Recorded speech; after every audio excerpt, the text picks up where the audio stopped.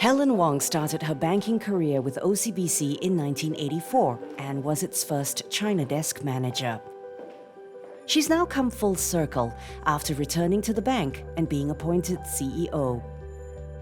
Ms. Wong has laid out her plans to take OCBC to the next level of growth, and they cover 4 key areas: sustainability, wealth management, Asean-Greater China markets, and digital transformation.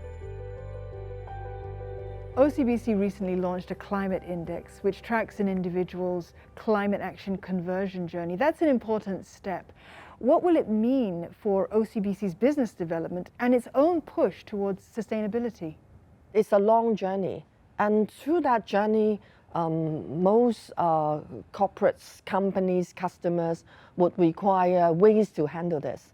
And a lot of this, for a bank in particular, is to help them to find the financing, but also to put the right structure so that they are really using the proceeds raised from financing, be it a loan or a bond, to invest into reducing carbon emission. We have set a target for sustainable financing.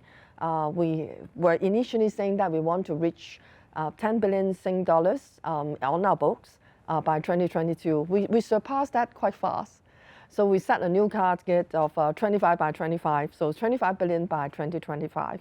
But by the end of last year, we already committed 20 billion. We are indeed looking at changing that target and thinking about how we are doing this in the longer term, how much we want the sustainable finance to be in our book as a percentage of our loan portfolio as well.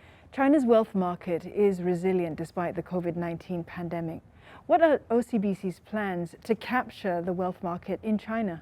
If you look at the growth of our wealth business for the 3 years, 2018 to 2020, we serve a lot of what we call offshore premier private customers and our Bank of Singapore customers.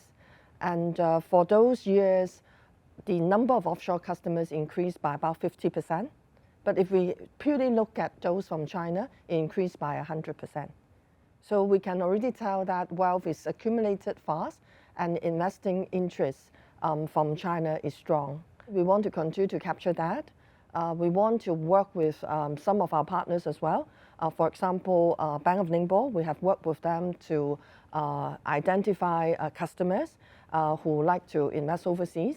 And we also is looking very much at the Wealth Connect scheme, where we are getting ready with partnering a bank that is strong in the Greater Bay Area. The Wealth Management Connect is a cross-border investment scheme that will launch as early as this year. Similar to the Stock Connect in concept, it is expected to facilitate funds flow of 300 billion yuan through sales of investment products in the Greater Bay Area. The Greater Bay Area includes Hong Kong, Macau, and 9 cities in the southeastern region of mainland China, including Shenzhen and Guangzhou. What opportunities do you see in China and Hong Kong that perhaps would augment your presence in the Greater China region? ASEAN has now become the largest trade partner for China. And if you look at trade in Asia alone, 60% of Asian trade is intra-Asia. So with trade, you have investments, and with investment, you also have a lot of wealth flows as well.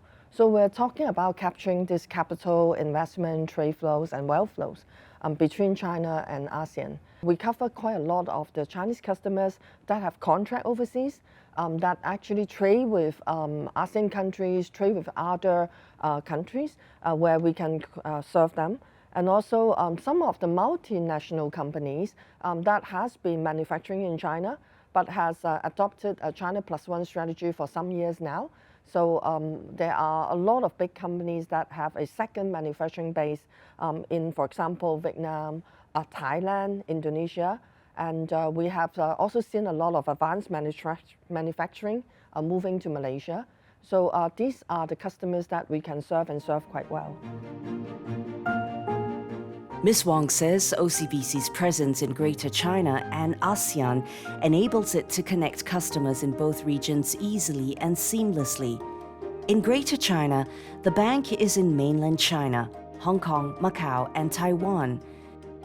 It has a footprint in Indonesia and Malaysia, on top of its home market, Singapore. Singapore will have 2 full digital banks from next year. How is OCBC gearing up in this age of going digital? Today, we continue to invest in digital. And this year, I give you another number. First half of the year, 98% of the SMEs who open an account with us do it entirely online. If we continue to be able to handle that in-house, you can call the whole OCBC a digital bank in that sense, without setting up a separate one. But the importance is we have to have that capability. Women in Singapore are advancing their presence in boardrooms. We've had a lot of progress on that front, and that even includes your appointment as an example. How can we have more women in leadership positions in the financial industry? And what advice might you have for those women leaders? Think about what you want to achieve. Think about where are the opportunities. Think about how to demonstrate your capabilities, and also show to people that you're willing to continue to learn and progress. I think for women in general, we have a tendency of sometimes a little doubt of ourselves. We second guess sometimes on opportunity, and we're maybe not so confident enough. So I think maybe if I'm giving a piece of advice, is don't doubt yourself, have confidence, and if an opportunity comes, my advice is always if you work with your line manager who said that you can do a bigger job, then why don't you trust your manager and also trust yourself?